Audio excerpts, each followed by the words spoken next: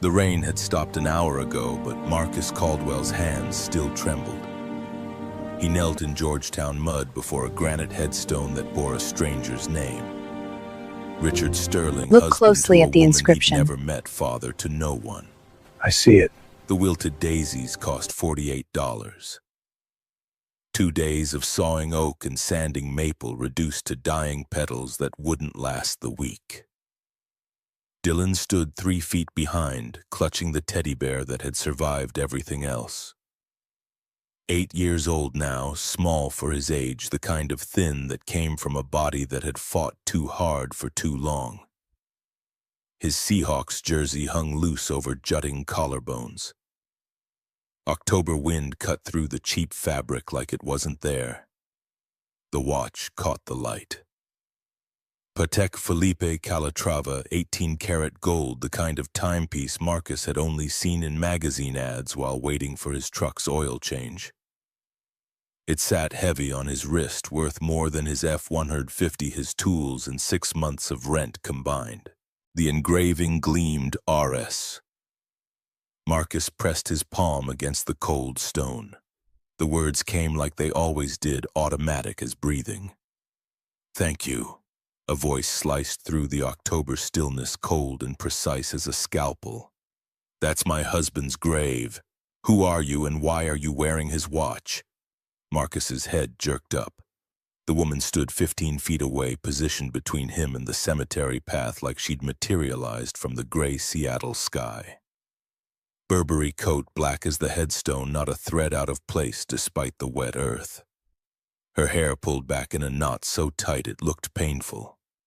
Behind Dior sunglasses, eyes the color of winter assessed him the way an accountant might examine a discrepancy.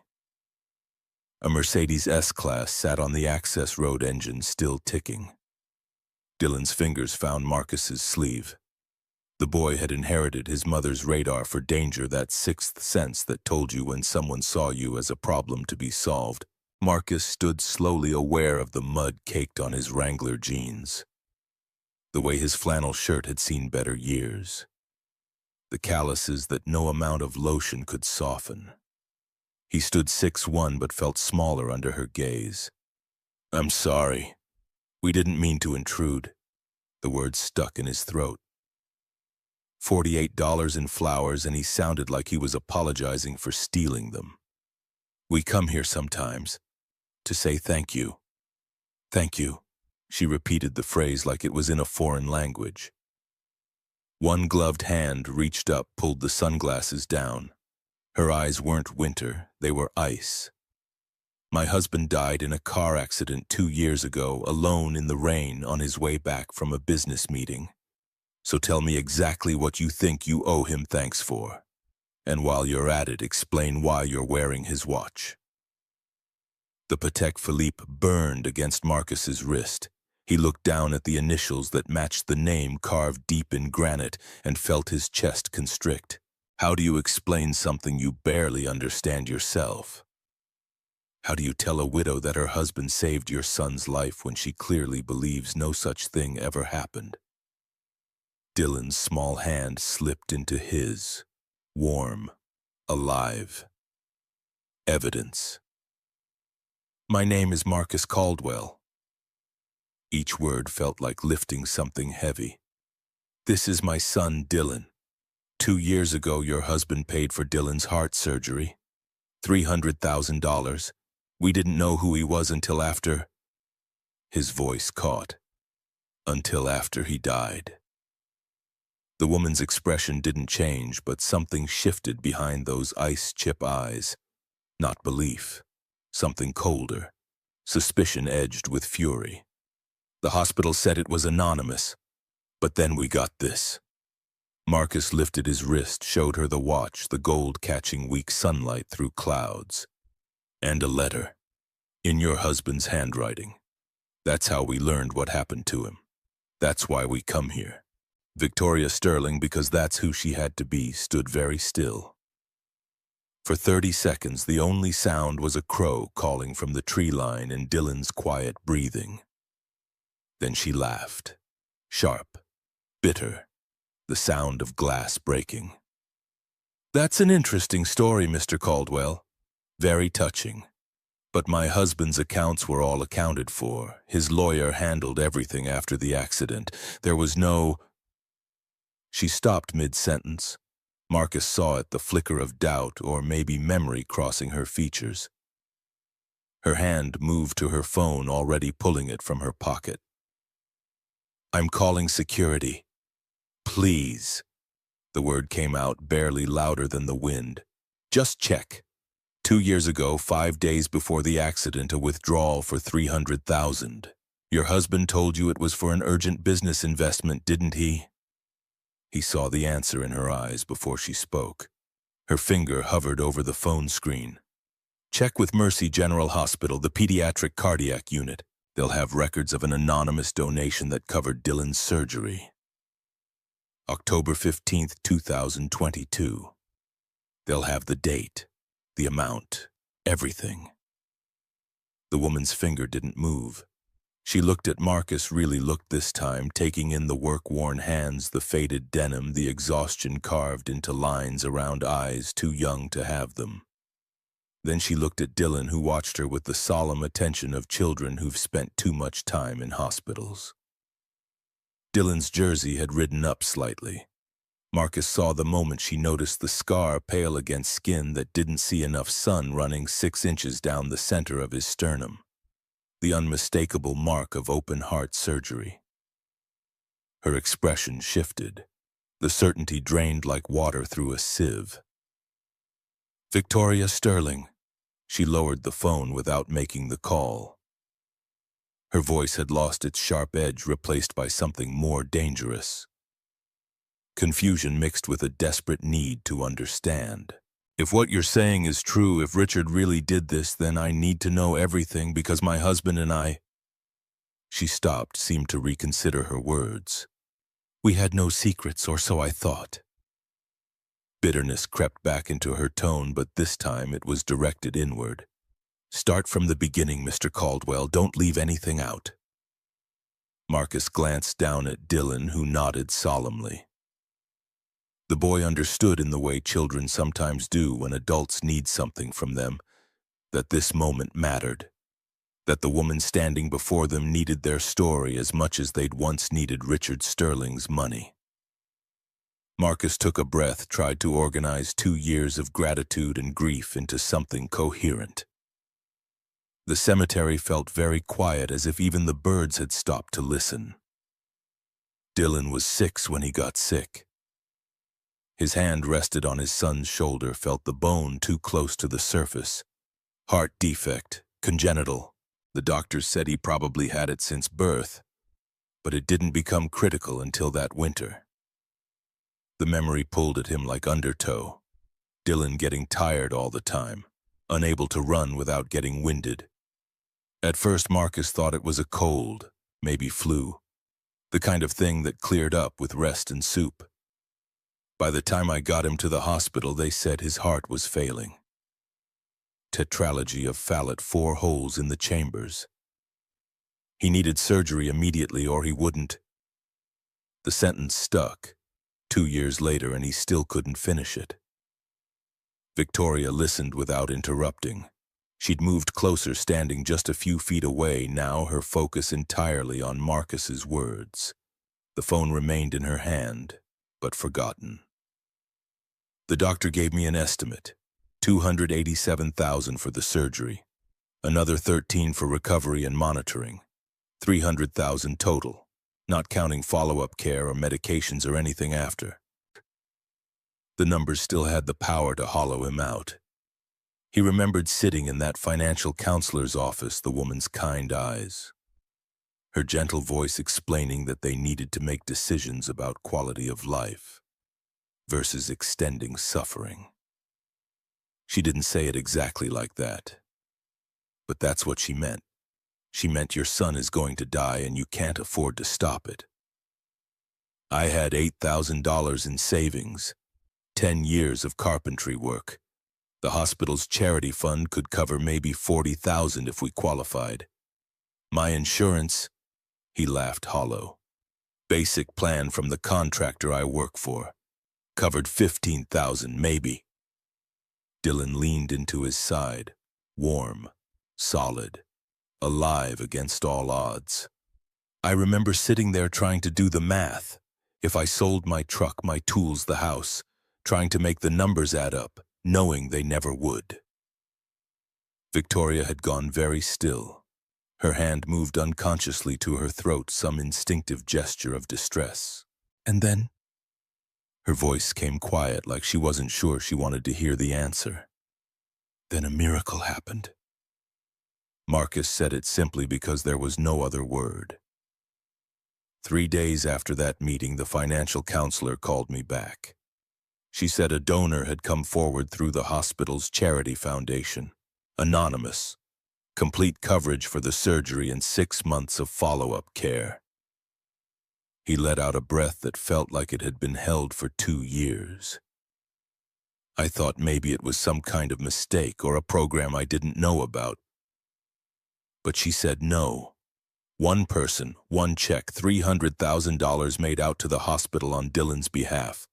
For my son. From someone I'd never met. Victoria's knuckles had gone white where she gripped her phone. 300,000. She repeated the number, slowly testing its weight. Richard withdrew that exact amount, October 15th, 2022. He told me it was for a property deal that needed to close immediately. A Bellevue investment that couldn't wait. Her voice stayed carefully controlled, but Marcus heard the tremor beneath it. I remember because I questioned it. We usually discussed larger investments together, but he said the opportunity couldn't wait. That he had to move fast or lose it. A pause. And I trusted him. I always trusted him. Marcus nodded, understanding the betrayal she must feel, even if it was different from any betrayal he'd experienced. When you're desperate and someone saves you, you don't question their motives. But when you're the person kept in the dark, every secret feels like a wound. We didn't know who the donor was. The hospital kept it completely confidential. Dylan had his surgery 8 hours. It was successful. The relief still felt fresh, like touching something hot. We spent 2 weeks in recovery. And I kept thinking about this person who'd saved my son's life. This stranger who'd given us everything without asking for anything back. His voice grew softer, remembering those nights in the hospital. Dylan sleeping fitfully with machines beeping their steady rhythm. Marcus wide awake, trying to imagine the face of their guardian angel. I wanted to thank them, to tell them what their gift meant, but there was no way to reach them. No name, no contact, nothing. Until the watch. Victoria's eyes had fixed on his wrist again, but the fury was gone. Now she just looked lost. Marcus lifted his arm slightly so the afternoon light caught the gold, made the initials glow. Those 2 letters that had turned into an anchor, a lifeline, a thread connecting them to a man they'd never really known. 1 week after we came home from the hospital, a package arrived. He pulled his wallet from his back pocket, the leather cracked from years in his hip pocket. From it he extracted a piece of paper worn soft from being folded and unfolded countless times. Inside was this watch and a letter. He held it out to Victoria. After a moment's hesitation, she took it. Her hand shook as she unfolded it. The handwriting was unmistakable. Victoria's breath caught. Marcus saw recognition flash across her face, the bold, slanted script she must have seen on birthday cards, on notes left on the kitchen counter, on legal documents that divided Richard's empire with mathematical precision after his death. She read silently first, lips moving slightly. Then, as if forcing herself to hear the words aloud, she spoke them into the October air. Dear Dylan, I hope you're feeling better. The doctors tell me your surgery was a success, and I'm so glad to hear it. I want you to have this watch. It belonged to my grandfather, then my father, then me. 3 generations of sterling men have worn it. Now it's yours. Her voice wavered but held. This watch is meant for someone who will make the most of the time they're given, someone who will live with purpose, someone who won't waste the precious years like I've done. Live well, Dylan. Be kind. Make every second count. You're braver than you know. Your friend Richard Sterling. Victoria's voice broke on her husband's name. She added almost too quiet to hear. P.S. Take care of your father. I saw the pain in his eyes. It's the kind that can only be healed by a child's love. Her hands dropped to her sides, the letter hanging loose in her fingers. She stared at the headstone as if seeing it for the first time, as if the name carved there might offer some explanation for this revelation that rewrote everything she thought she knew. He never told me. The words came thick with unshed tears. 2 years. We were married 2 more years after this, and he never said a word. She looked up at Marcus, and he saw raw hurt in her eyes. Why wouldn't he tell me? Why would he keep this secret? Marcus had no answer. He'd wondered the same thing during sleepless nights after they'd learned who Richard was. After the initial joy of Thanksgiving had been swallowed by the news of his death. I don't know. Honesty was all he had to offer. Maybe he thought you wouldn't approve. Maybe he wanted it to be something just for him without any recognition or credit. He hesitated, then added gently, or maybe he was protecting you from something. I don't know what your marriage was like, but I know what he did for my son. That kind of generosity doesn't come from nowhere. Victoria's laugh was sharp and painful. Our marriage. She turned away from them both, her gaze sweeping across the cemetery as if searching for answers among the headstones. You want to know about our marriage? The question hung in the air, rhetorical and raw. We tried to have children for 10 years. Every treatment, every specialist, every last hope. Nothing worked. IVF 6 times, surrogacy twice.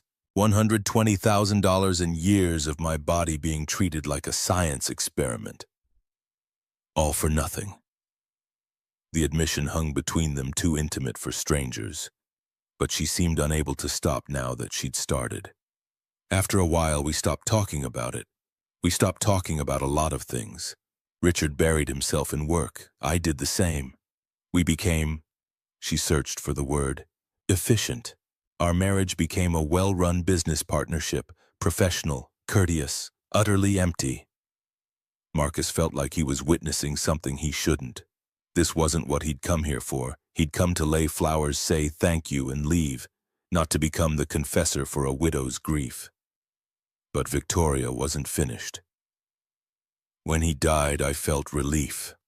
The words came out hard, forced through gritted teeth. Do you understand? I was sad, yes, but also relieved. Because at least then I didn't have to keep pretending that everything was fine, that we were fine. She turned back to face them, eyes bright with tears she refused to shed. And now you're telling me that while I was drowning in that empty house, in that empty marriage, my husband was out here playing guardian angel to strangers, saving children, being the father he always wanted to be. That he... Her voice broke completely. Dylan had been quiet through all of this, absorbing words he didn't fully understand, but sensing the grief that permeated them. Now he stepped forward, tugging free of Marcus's grip. He walked right up to Victoria, his small face serious and thoughtful. Before anyone could stop him, he held out his teddy bear, the one that had survived his mother's death, his own near-death, 2 years of hospital visits and nightmares. You can hold Buttons if you're sad. He makes me feel better when I miss people. The gesture was so pure, so unexpected that Victoria's careful composure finally cracked. She dropped to her knees, heedless of the mud, and took the offered bear with shaking hands. Thank you. The words came out as a whisper, and Marcus heard in those 2 syllables all the grief and regret and complicated love she'd been holding back. Dylan patted her shoulder awkwardly, the way Marcus had taught him to comfort people who were hurting. The boy stood there, a small anchor of warmth in the cold space between them before stepping back to his father's side. Victoria remained kneeling, clutching the worn bare, her perfect facade broken. Marcus realized they weren't so different after all. Both of them left behind by Richard Sterling in different ways. Both of them trying to make sense of a gift they hadn't asked for and couldn't repay. The cemetery had grown darker, clouds gathering again overhead. A few drops of rain began to fall, light at first, then heavier, but none of them moved. Victoria slowly stood still, holding Dylan's bear. Her coat was marked with mud at the knees. She looked at the grave, at the flowers Marcus had brought, at the drawing Dylan had made that still lay folded in Marcus's pocket undelivered. When she spoke again, her voice was different, quieter, more vulnerable than before. "I need to see proof. Not because I don't believe you, though I think part of her still didn't, but because I need to understand. I need to see the records, the timeline, the letters, all of it." She looked at Marcus directly. "I need to know who my husband really was, because right now I don't think I ever did." Marcus nodded without hesitation.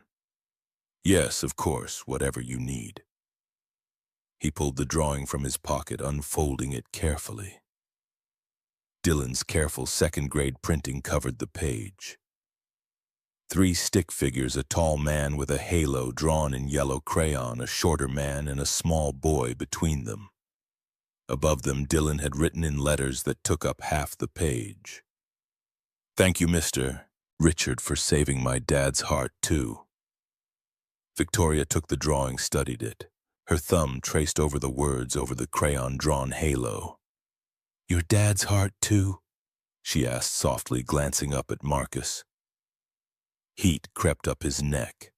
Dylan answered before he could. "Because Daddy was always sad before. After Mommy went to heaven.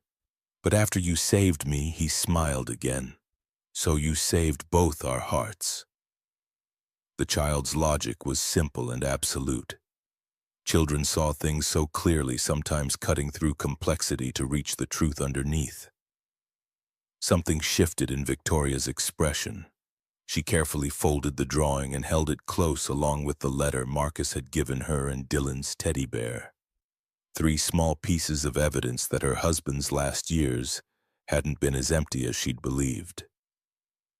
"I live 20 minutes from here, Sterling Manor in Medina."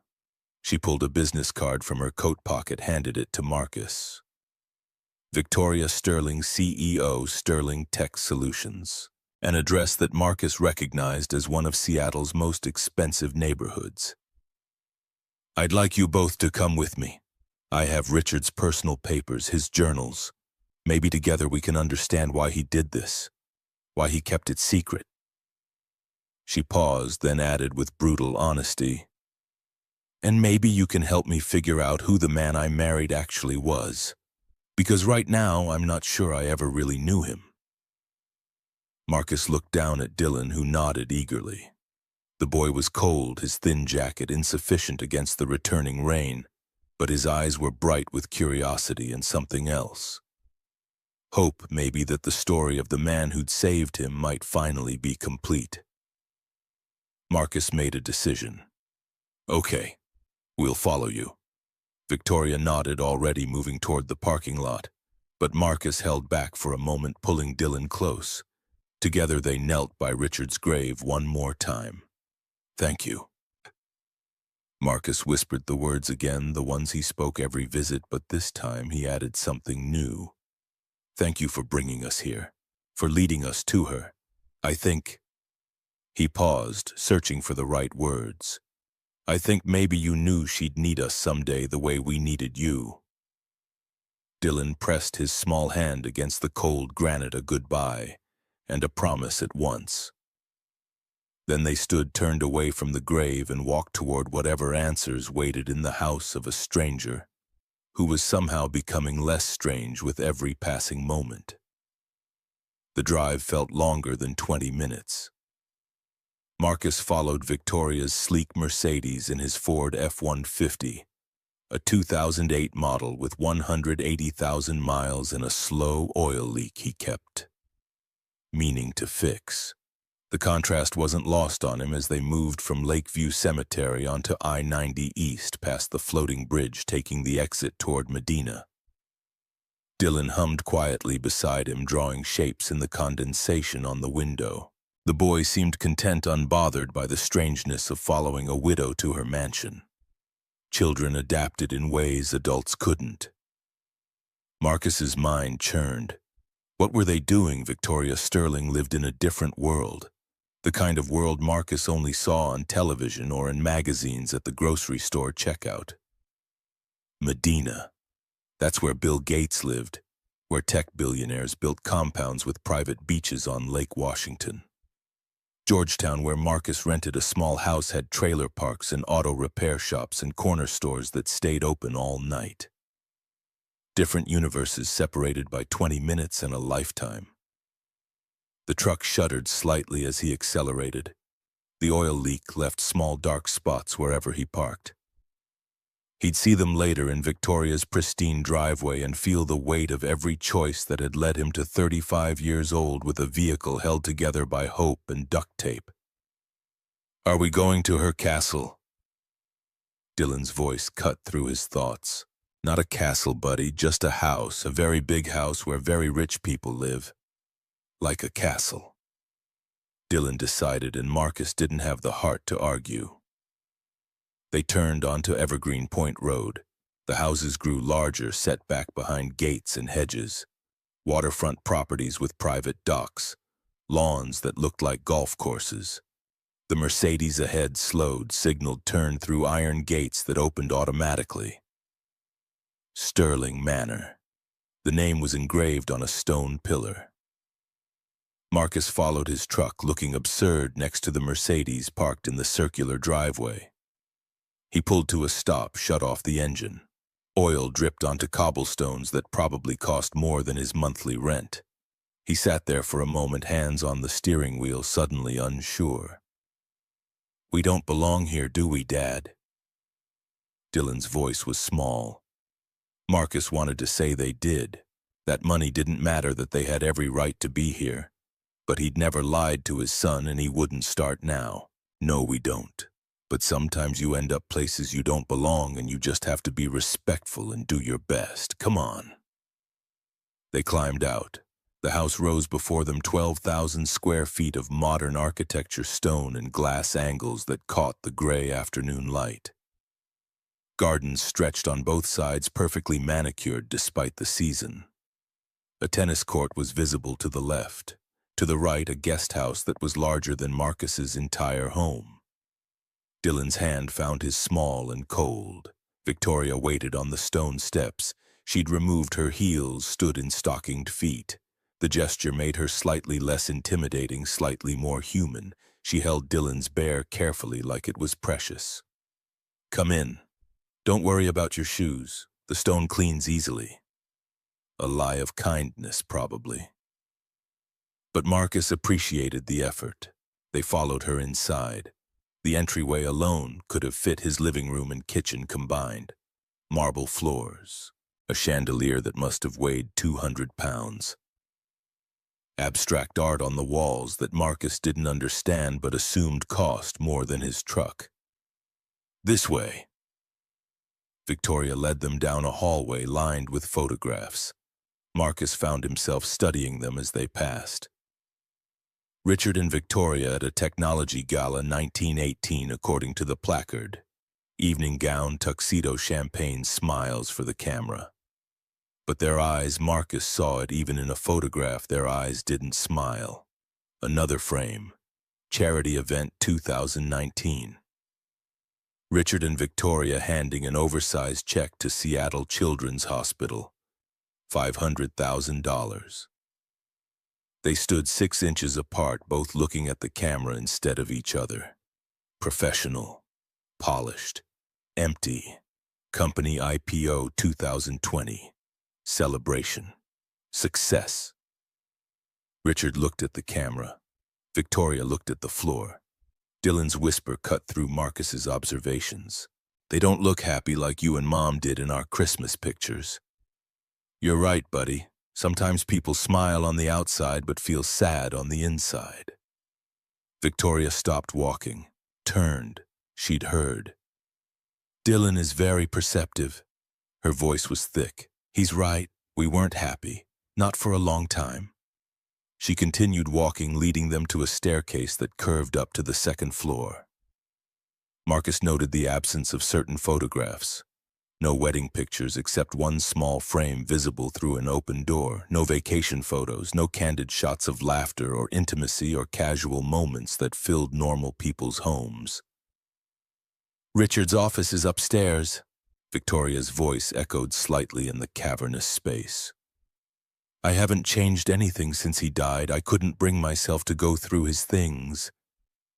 It felt like... She paused on the landing, like invading his last bit of privacy. They reached a door at the end of the hall. Victoria pulled a key from a chain around her neck. She'd been wearing it for 2 years. Marcus realized, unable to use it until now. The office was smaller than Marcus expected, still large by his standards, but somehow more intimate than the rest of the house. Floor-to-ceiling bookshelves lined 2 walls filled with business texts, philosophy, American history. A massive desk dominated the space, mahogany with hand-carved details. The chair behind it was genuine leather, an Eames design Marcus recognized from a furniture catalog he'd once studied, dreaming of pieces he'd never be able to afford. Everything was immaculate, no dust, but there was a feeling of abandonment, like a museum display of a life once lived. Victoria moved to the desk, to a locked drawer on the right side. The key fit smoothly. She opened it carefully, as if something inside might escape. I've never opened this. Her voice was barely audible. Even when Richard was alive. It felt like his sacred space, the one place I wasn't supposed to look. Marcus understood suddenly part of why their marriage had failed. Too much respect for privacy became a wall. Too much space became distance. They'd given each other room until there was nothing but emptiness between them.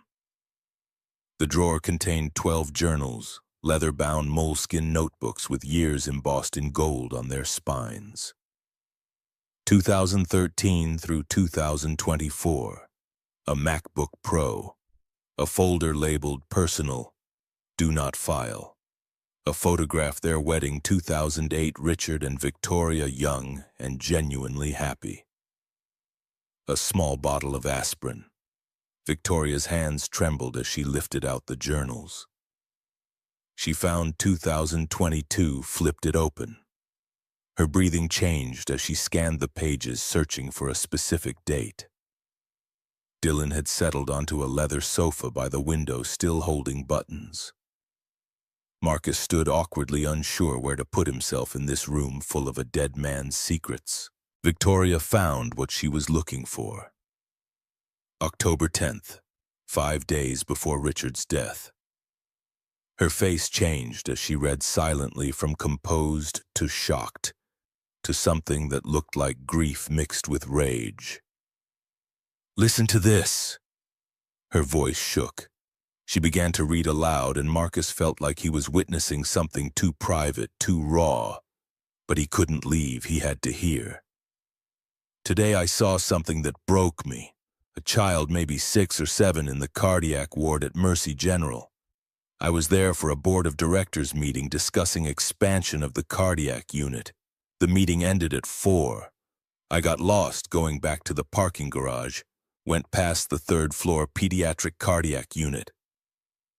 Victoria's voice steadied as she focused on the words, letting them carry her. There was a man in the waiting room, early 30s, work jeans, flannel shirt, boots, hands calloused, someone who works with them. He sat alone, staring through the window into a hospital room. Inside, a boy, maybe 6, lay in bed surrounded by wires and tubes. The heart monitor beeped slow, weak. Marcus felt the floor tilt. Richard had seen them that day, before the surgery was even approved. The man was crying, not loud crying, The silent kind, the crying of someone who's cried so much they have no tears left. His shoulders shook. His hands were clenched so tight the knuckles went white. Victoria paused, swallowed hard. I recognized that look. I've seen it in the mirror. I've seen it in Victoria's eyes every month after another IVF failure. It's the look of someone who's lost hope, of someone who knows they can't save the person they love most. The words landed like stones in still water. Marcus felt exposed, seen in a way he hadn't expected. That day in the waiting room, he'd thought he was alone in his grief. But someone had witnessed it. Someone had cared enough to do something about it. Victoria continued, her voice growing softer. I couldn't walk away. I stood there 10 minutes watching. Then I called the head nurse. The boy's name is Dylan Caldwell, 6 years old. Tetralogy of Fallet 4 congenital heart defects. Needs open heart surgery immediately or will die within 6 months. Cost $287,000 for surgery, $13,000 for ICU recovery, $300,000 total. She looked up at Marcus and he saw his own poverty reflected in her eyes. Family has $8,000. Insurance covers $15,000 minimum policy. Hospital charity fund $40,000 maximum if they qualify. Total available about $63,000. They need $237,000 more. Victoria's voice broke slightly. The financial counselor told the father, his name is Marcus Caldwell, that they should consider comfort care instead of aggressive treatment. In other words, let your son die comfortably instead of saving him. Because of $237,000. The amount sounded obscene when spoken aloud. Marcus remembered every digit, every calculation, every desperate attempt to make impossible math work out. Richard came home that night. Victoria set the journal down, looked at Marcus. I asked how his day was. He said fine. We ate dinner in silence, went to bed at different times, slept 3 feet apart in a California king. She picked up the journal again, and all night Richard wrote he could only think about that father in the waiting room, about the boy with 4 holes in his heart, about $237,000 being the difference between life and death. He listed what he'd spent that year on things that didn't matter. A Mercedes, a vacation to the Maldives where they barely spoke, wine collection, a Rolex he never wore. It came to more than $237,000. Victoria flipped forward 2 pages. October 12, 2022. I did it. I donated $300,000 through the hospital foundation, completely anonymous. They'll never know my name. They'll only know that someone cared enough to save their son. She read faster now, as if needing to get through it before losing courage. I told Victoria it was an urgent real estate investment, a Bellevue property that needed to close immediately. She asked a few questions but didn't dig deeper. We never dig deeper into anything anymore. The surgery is scheduled for October 15th. I won't be there. I won't meet them, but I'll know. And for the first time in 10 years, I feel like my life means something. The room fell silent. Marcus couldn't speak. Dylan had gone very still on the sofa, sensing the gravity, even if he didn't understand all the words. Victoria turned more pages, her movements almost frantic now. She found another entry dated October 18th, 2 days before Richard died. Dylan's surgery was successful, 8 hours. The doctors say he'll live healthy, heart, normal life. I sat in my office and cried. I didn't tell Victoria about Dylan because I'm a coward. Her voice dropped to almost a whisper, but the words cut like wire. If I told her, I'd have to admit something. I found meaning in a stranger's child that I never found in our marriage. If I told her, she'd ask why I care more about a boy I've never met than about fixing what's broken between us. And I don't have an answer, except the truth. Victoria stopped, took a shaking breath. Saving Dylan was easier than saving us. With him, I could write a check. I could know I made a difference. The result was clear: he lives or dies. But with Victoria and me, no amount of money fixes the distance we've created. No surgery repairs a marriage that died 5 years ago, but we keep pretending is alive. She closed the journal, set it down with finality. The silence that followed was absolute. Marcus watched Victoria Sterling sit in her husband's chair, surrounded by his books and his secrets, and saw her truly for the first time. Not as an intimidating CEO or a wealthy widow, but as someone just as lost as he'd been in that hospital waiting room 2 years ago. Our marriage was already over. Her voice was hollow. We just didn't have the courage to say it out loud. The admission hung in the air, stark and honest. Richard found meaning in you because he couldn't find it at home. I don't blame you for that. I don't even blame him, really. I blame us both for being too proud, too stubborn, too scared to admit we'd failed. Dylan slipped off the sofa, walked over to Victoria. He was small enough that standing put him at eye level with her seated form. He took her hand. Mr. Richard still loved you. I know he did.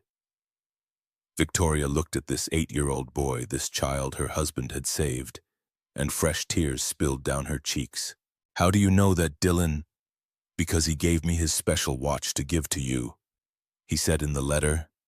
Dylan's face scrunched in concentration, remembering. He said about not wasting precious years.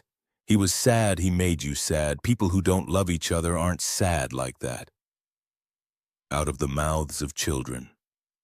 Marcus felt the truth of it, the simplicity that adults overcomplicated with their fears and pride and walls. Victoria pulled Dylan into a hug. The boy went willingly, patting her back the way Marcus had taught him. For a moment they stayed that way, a widow and the boy her husband had saved, connected by a gift neither had asked for. When Victoria released him, she looked to Marcus. Stay, please. It's late. Have dinner with me. Not because I want to investigate more. Because... Her voice cracked. Because I don't want to be alone in this house tonight. Marcus looked at Dylan, who nodded eagerly. We should go. Dylan has school tomorrow. Please. Just the one word, but it carried the weight of 2 years of solitude. Marcus recognized the loneliness because he'd lived in it. After his wife died before Dylan's surgery, he'd spent months in that gray space where days blurred together and the only thing that mattered was putting one foot in front of the other. Okay, but we're ordering pizza. Not anything fancy, just pizza. Victoria laughed, actually laughed, the first real sound of joy Marcus had heard from her. I've never ordered pizza delivery in my life. Dylan's eyes went wide. Never? That's so sad. And just like that, the tension broke. Victoria wiped her eyes, stood and led them back downstairs. She fumbled with her phone, trying to figure out how to order from Domino's while Dylan coached her through the app. Marcus watched this billionaire CEO struggle with something as simple as pizza delivery, and felt the first crack in the wall between their worlds. The pizza arrived 45 minutes later. They ate at a kitchen table designed for 12, just the 3 of them sitting close together at one end. Dylan told Victoria about school, about his friends, about the Heart Heroes Club he wanted to start for kids with surgery scars. Victoria listened with genuine interest, asking questions, engaging in a way that suggested she'd forgotten how to do this, how to just be with people without agenda or armor.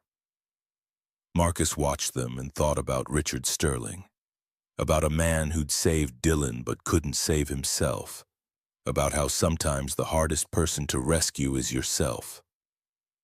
It was after 10 when Marcus finally said they had to leave. Dylan had fallen asleep on the living room sofa, worn out by the emotional weight of the day. Marcus carried him to the truck, the boy's arms wrapped loose around his neck.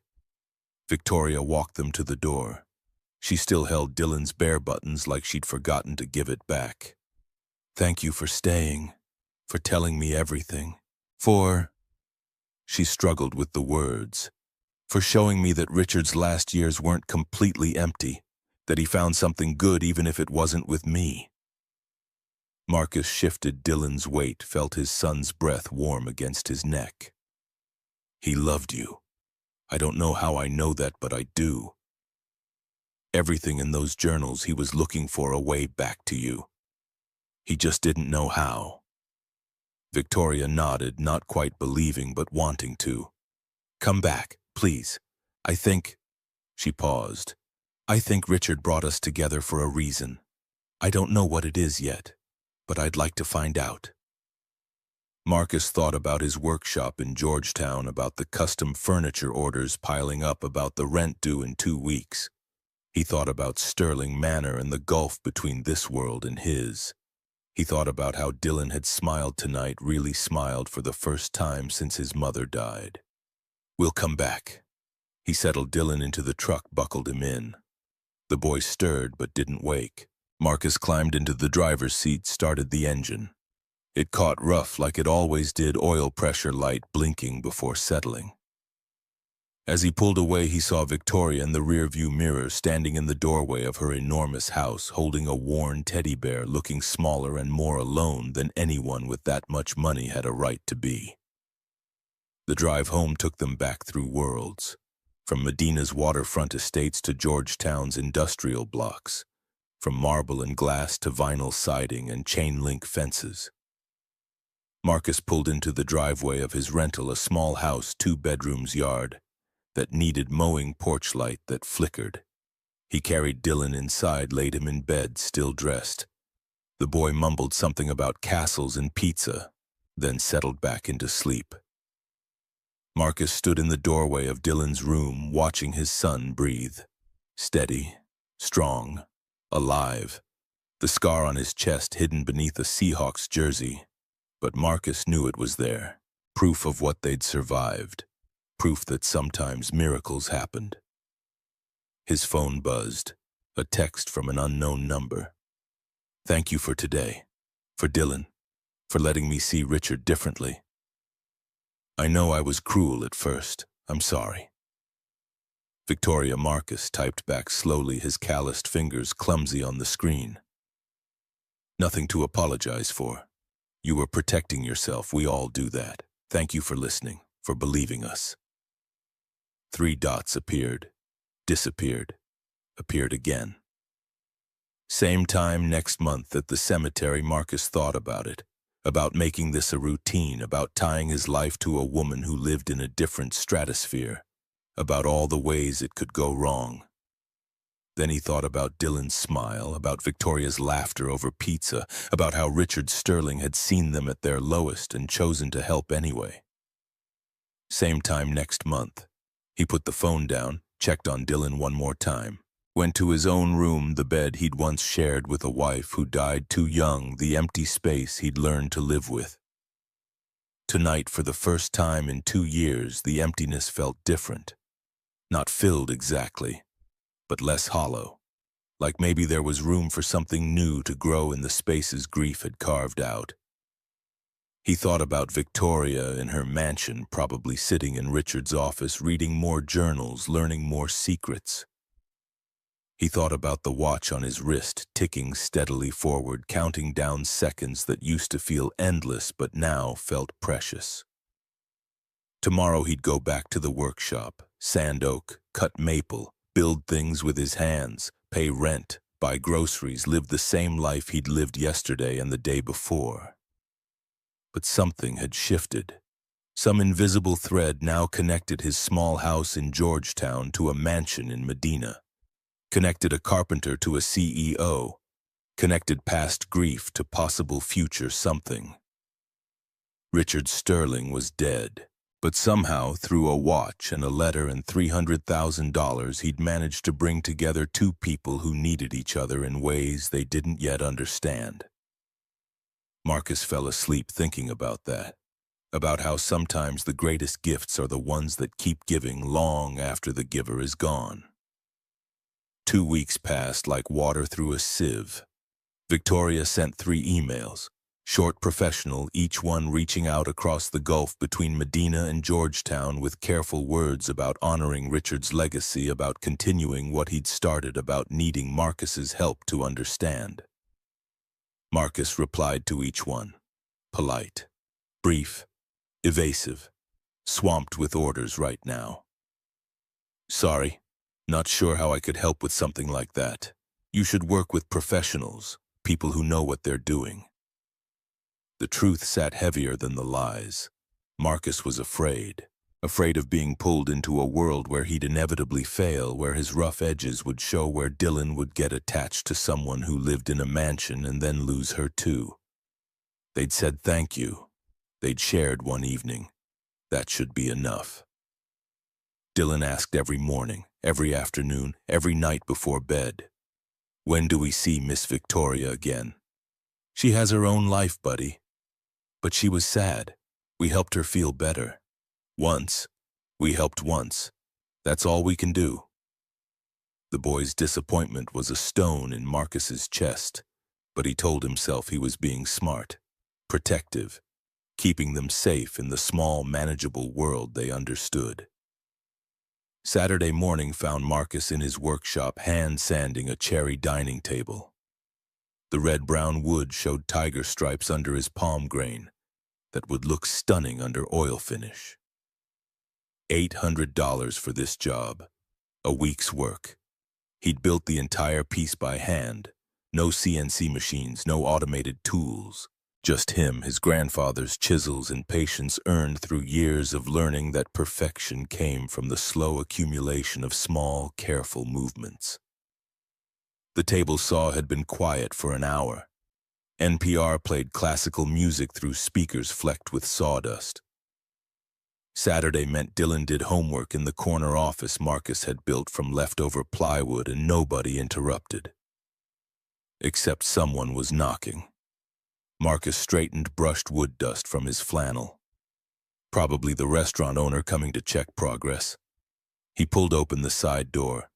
Victoria Sterling stood on the cracked concrete, dressed wrong. Not wrong exactly. Different. Levi's instead of designer slacks. A cashmere sweater in charcoal gray instead of tailored blazers. White Converse instead of Louboutin heels. Her hair fell loose past her shoulders and she wore minimal makeup. "You've been avoiding my emails." Marcus's grip tightened on the doorframe. "I've been busy. So I came in person." From inside the workshop, a small voice squealed, "Miss Victoria!" Dylan appeared like a comet, homework abandoned, launching himself at Victoria with the fearlessness of children who hadn't yet learned about class divisions and appropriate boundaries. She caught him, stumbled slightly, then steadied and hugged him back. "I missed you. Did you come to see us? Are you staying? Dad said you were too busy, but I knew you'd come." Victoria's eyes met Marcus's over Dylan's head. Something complicated passed between them. Accusation, understanding, hurt, acceptance. "I missed you too, Dylan. I brought something for you." She pulled a folder from her shoulder bag, handed it to the boy. Inside were 3 drawings, professional quality, full color. Heart heroes, Dylan had called them in his crayon sketch, but these were rendered by someone who knew anatomy and art in equal measure. Children with surgery scars wearing capes flying through clouds. "I had a designer at my company make them. Based on your idea. I thought maybe you could hang them in your room." Dylan's face split into pure joy. He hugged the folder to his chest, looked up at Marcus with pleading eyes. "Can we, Dad? Can we hang them?" "Of course, buddy. Go inside and pick which walls." Dylan ran back into the workshop, leaving Marcus and Victoria alone in the doorway. Traffic hummed on the street behind her. Someone's radio played hip-hop from an auto body shop 3 doors down. "You shouldn't have done that." "I wanted to. Dylan's idea was brilliant. He should see it taken seriously." Marcus stepped aside, gestured her in. The workshop smelled like cedar and varnish and honest work. Victoria walked slowly, taking in the space. Her fingers traced the edge of the dining table, felt the smoothness of his sanding, the precision of mortise and tenon joints that held the legs without a single screw. This is beautiful. You made this by hand. Everything here is by hand. Can't afford the machines the big shops use. I couldn't do this even with machines. She turned to face him, and the admiration in her voice felt genuine. This is skill, patience, precision. It's art. It's carpentry, nothing special. Don't do that. Sharp, sudden. Don't diminish what you're good at. You have a gift. Own it. The words landed harder than intended. Marcus busied himself with putting away tools, uncomfortable with praise, with being seen. Why are you really here, Victoria? I want to create something. Jonathan's Heart Foundation, continuing what Richard started when he saved Dylan, but I can't do it alone.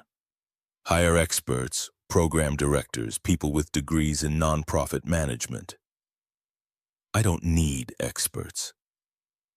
She moved closer, her voice gaining intensity. I need someone who understands what it feels like to sit in that hospital calculating whether selling everything you own might add up to enough. Someone who knows the difference between numbers on paper and actual human desperation. Marcus shook his head, dust motes swirling in the light from high windows. I don't know anything about running a charity. But you know people. I have money. You have heart. We need both. She pulled a paper from her bag. Official letterhead, job description, salary listed at the bottom.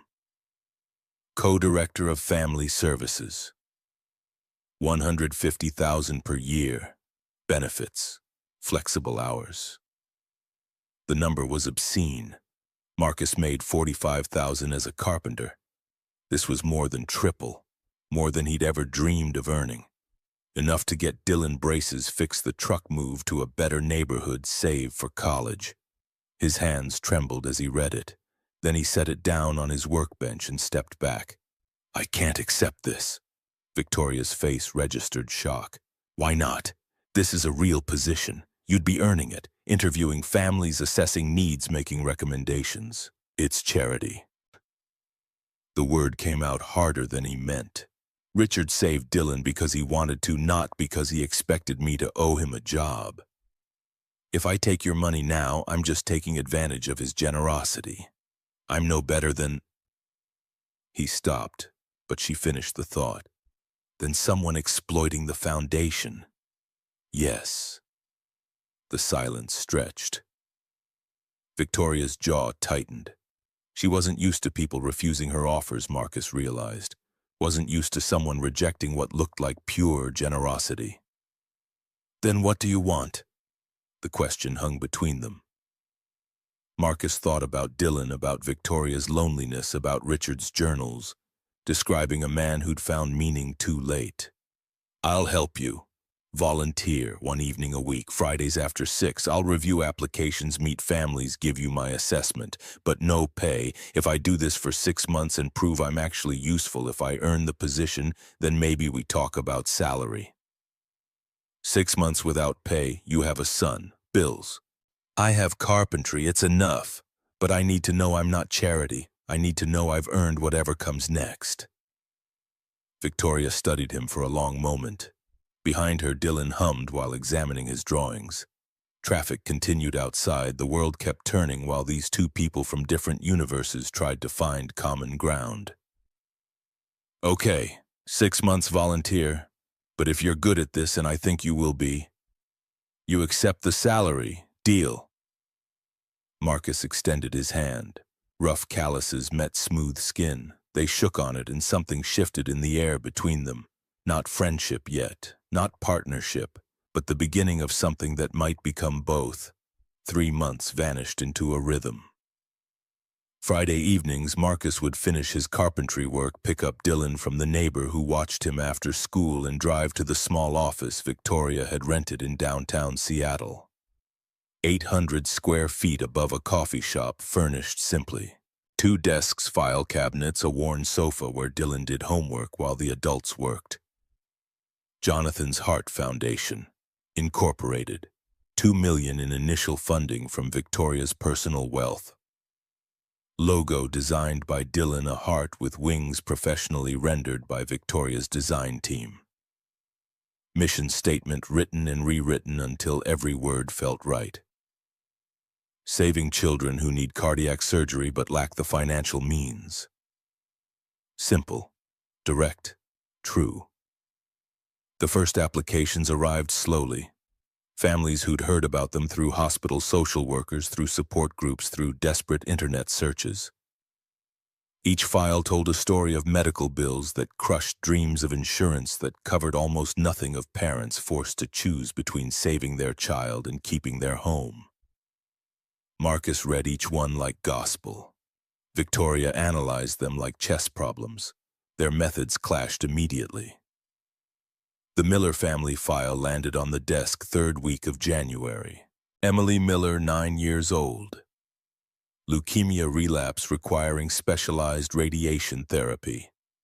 $180,000. Father Thomas Miller, warehouse worker, had been fired 3 months prior for excessive absences.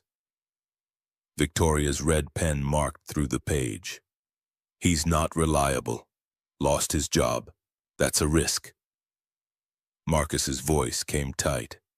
Or maybe he was missing work to take care of his dying daughter. Maybe his boss didn't care about sick kids. Maybe we should ask him instead of judging from a background check. I'm not judging. I'm assessing risk. We have limited funds. We can't waste them. Waste? The word tasted bitter. A 9-year-old with cancer is waste. That's not what I meant. Then what did you mean that we only help perfect families with perfect credit scores because I had terrible credit when Richard helped us? I was behind on rent. If I'd applied to this foundation, would you have rejected me? Victoria went very still. That's different. I know you. Exactly. Someone gave me a chance before knowing me. Richard looked past the numbers and saw a father who needed help. That's what we have to do. The office felt too small suddenly. Dylan pretended not to listen from the couch, but his homework hadn't moved in 10 minutes. Victoria picked up her phone. I want to verify his story, if he was really fired for taking care of Emily, if that's the truth we approve. But I need proof. Then I'll get proof. Give me his address. Marcus drove to South Seattle the next day. The apartment building looked tired, peeling paint, cracked parking lot, but clean. Maintained by people who cared even when they had nothing. Thomas Miller answered on the second knock. 38, but looked 50. Exhaustion etched in lines around his eyes. They talked for an hour.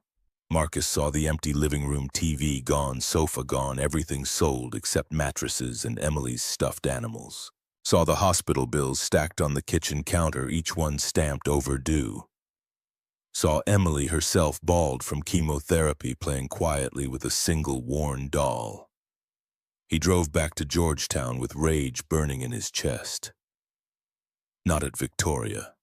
At a world where this was normal. Where fathers had to choose between jobs and children. Where 9-year-olds died because numbers didn't add up. That Friday, he walked into the office and dropped his notes on Victoria's desk. Thomas Miller missed work 15 times in 2 months. His daughter was in the hospital. He asked for leave without pay. They denied it. So he went anyway. They fired him. He sold everything he owns to pay for treatment. He's behind 4 months on rent. His landlord is about to evict them, but he's not trying to save his apartment. He's trying to save his daughter. Victoria read through the notes without speaking. Made a phone call, verified the story with Thomas's former employer.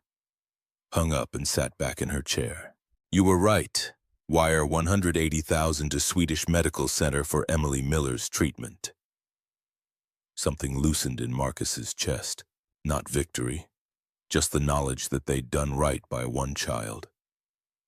The Whitmore family came next. Mason Whitmore, 5 years old, needed a bone marrow transplant. $250,000. Parents ran a Greek restaurant in Fremont called Apollo's Tavern. Revenue reports showed $850,000 per year. Marcus frowned at the numbers. They're not poor, they can afford this. Victoria pulled up tax return spreadsheets, business documents Marcus didn't fully understand. Revenue isn't profit. Look, food costs, labor, rent, equipment, loans, by the time everything's paid, they net about $65,000 per year. Comfortable, but not wealthy. She showed him more documents. 3 years of Mason's leukemia treatment had cost $340,000. They'd mortgaged their home, drained retirement accounts. The restaurant was leveraged to the limit. They're rich in their front window and broke in their back office. The numbers tell the story if you know how to read them. Marcus looked at the spreadsheet, saw the truth he'd missed. I'm sorry, I judged too fast. And I judged Thomas Miller too fast. We balance each other, that's the point. They approved the Whitmore family. Wired $250,000. The foundation had helped 4 children in 3 months. Miller-Whitmore twin girls named Rodriguez who needed heart surgery, a teenager named James Wilson, whose dialysis costs were bankrupting his family. 4 children, $780,000. 780,000 reasons the foundation mattered. Friday nights became something Marcus looked forward to instead of enduring.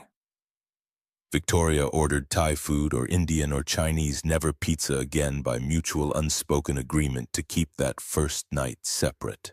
Dylan finished homework, then taught Victoria how to use Photoshop, showing her design basics while she fumbled through layers and filters with the intense concentration of someone used to mastering everything. Marcus watched his son laugh, watched Victoria's careful distance soften into something approaching ease, and thought maybe Richard Sterling had known what he was doing after all. April arrived wet and cold, 6 months since they'd met at the cemetery. Marcus had proven himself valuable enough that Victoria insisted on making the co-director position official and paid. He'd accepted $120,000 less than her initial offer, but enough that he could cut back on carpentry, could spend more time with Dylan, could stop calculating whether fixing the truck would mean skipping groceries. The Bryn Sullivan application arrived on a Tuesday. Single mother, 32, worked as a server at Applebee's. Daughter Harper, 7 years old, diagnosed with ventricular septal defect, a hole in the heart wall. Surgery cost $220,000. No insurance through her part-time position. Credit score of 480. 2 prior evictions. Collection accounts totaling $12,000. Bankruptcy filing from 2019 mentioning gambling debts. Victoria's red pen came out immediately. No. Too many red flags. We can't risk this. You're rejecting her because she has gambling problems. The daughter didn't gamble. Harper's 7 years old. I'm rejecting because I don't trust the mother will use the money properly. $220,000 could disappear into a casino instead of a hospital. Marcus felt heat rise in his neck. So we only help perfect victims' mothers without mistakes. That's not what Richard did. He helped us without knowing anything except that Dylan needed surgery. And maybe if he'd done due diligence, he would have found red flags with us too. Maybe that's why he kept it secret. He knew I'd have concerns. The argument escalated. Victoria talked about fiduciary responsibility. Marcus talked about the child who'd die without help. Neither could hear the other through the wall of their own certainty. Finally, Marcus played the card he'd been holding. If I'd applied to this foundation 2 years ago, you would have rejected me based on my credit score and late rent payments. You would have let Dylan die because I made mistakes. Is that who we are? Victoria's face went pale. The truth of it struck like a physical blow. Marcus pressed the advantage. I'll meet her, interview her in person, look her in the eye. If I think she's lying, we reject, but don't judge her on paper without giving her a chance. Victoria set down her pen with careful precision. Fine, but I want extra verification, home visit, references, Medical records confirmed directly with doctors. If you approve this, you own it. I'll own it. He drove to Renton on Saturday. The apartment complex was called Riverbend, which was optimistic given the cracked asphalt and peeling siding. Bryn Sullivan answered the door in an Applebee's uniform just off shift. Exhausted. Wary. Harper sat on a worn couch coloring. Small for 7. Blonde hair pulled back in a ponytail. She breathed with visible effort, each inhale slightly labored. The kind of thing you didn't notice unless you'd watched your own child struggle for air. They talked for 45 minutes. Bryn cried when explaining the gambling, a bad year after losing her job, depression, stupid choices that snowballed into debt. She was paying it off. $30 a week from tips would take years. But she was trying. I swear on everything, if you give us this money, it goes straight to the hospital. I won't touch it. I'll sign anything. Harper needs surgery by next year or her heart will fail. That's what the doctor said, and I can't. I don't have... Her voice broke. Harper looked up from coloring eyes too old for 7. Mommy's sad again. Marcus saw Dylan in that face, saw himself in Bryn's desperation, saw the whole terrible cycle of poverty and illness and impossible choices. He drove back to Seattle and walked into Victoria's office Monday morning. Approve it. I talked to her doctors. The VSD is real. Harper needs surgery. Bryn made mistakes, but she's trying. I believe her. Victoria looked at him for a long time. Then she signed the approval form. $220,000 wired directly to Mercy General Hospital under Harper Sullivan's name. It goes nowhere else. Thank you. Don't thank me yet. 2 weeks later, Victoria's phone rang at 9 in the morning. Marcus was in his workshop hand-planing a walnut bookcase when his phone buzzed. Victoria's text was a single sentence, "Call me now." He did. She picked up before the first ring finished. The hospital says they've never heard of Harper Sullivan. No patient by that name. No scheduled surgery, nothing. Marcus's stomach dropped into a void. That's impossible. I saw the medical records. Apparently those records were fake. Along with everything else, I have an investigator looking into it. I'll call you back. The call came 3 hours later. Marcus sat in his truck outside the workshop, unable to move, unable to think. Bryn Sullivan isn't her real name. It's Bryn Callahan. She's done this before. Small-time fraud. The medical records were forged. The apartment was rented specifically for the con. Harper isn't even her daughter, borrowed from a friend for photos. The $220,000 went to an intermediary account that disappeared. It's gone, Marcus, all of it. His vision tunneled. His breath came short. Gone. $220,000. Enough to save 3 children. 4, 5. Gone because he'd trusted someone. Because he'd looked into desperate eyes and seen himself. I'll call an emergency board meeting. Victoria's voice sounded hollow. The lawyers think we should shut down. Cut our losses before this becomes public.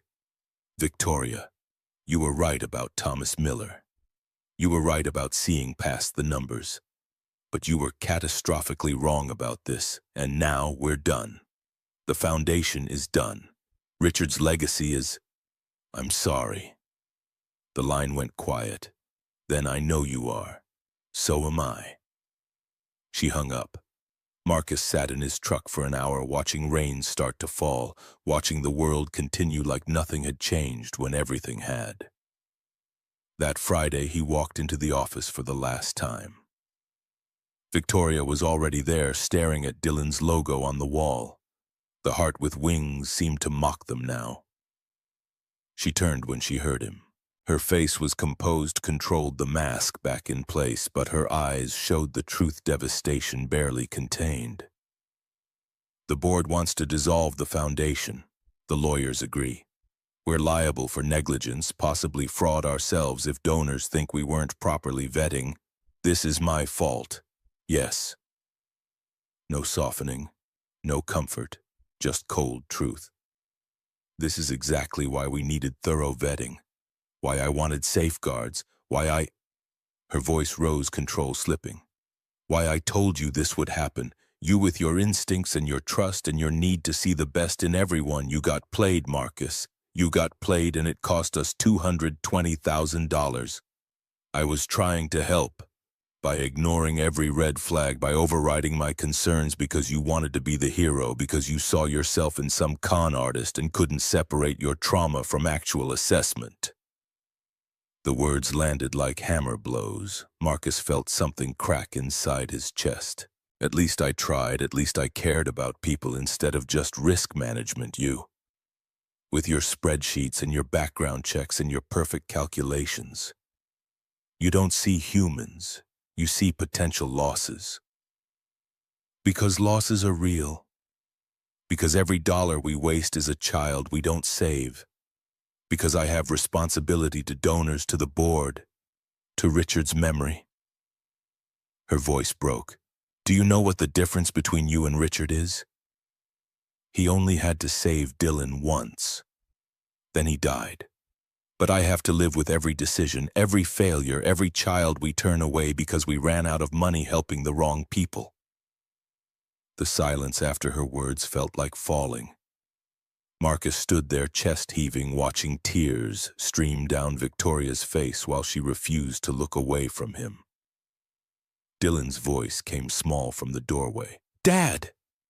The boy had been waiting in the hallway, heard everything. His homework bag slipped from his shoulder papers, scattering. Marcus moved toward him, but Dylan stepped back. You're not supposed to yell at Miss Victoria. She's sad. You're making it worse. Shame burned through Marcus's anger. He'd done exactly what he'd taught Dylan never to do, hurt someone because he was hurting. You're right, buddy. I'm sorry. Let's go home. He gathered Dylan's papers, shouldered the bag, took his son's hand. At the door, he turned back. I quit. You were right. I don't belong here. I'm just a carpenter who thought he could do more. Marcus. But he was already gone, pulling Dylan down the stairs, out into the rain, into the truck that smelled like sawdust and failure. They drove home in silence. Dylan cried quietly, and Marcus had no words to make it better. He'd ruined everything. Proven Victoria right. Proven himself exactly what he'd always feared, inadequate for anything beyond sanding wood and cutting joints.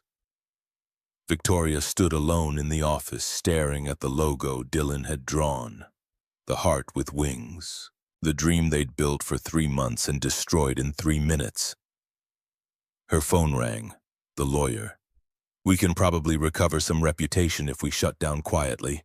Issue a statement about unforeseen circumstances. Your personal wealth is protected. Do it. Her voice sounded dead even to herself. Close it all down.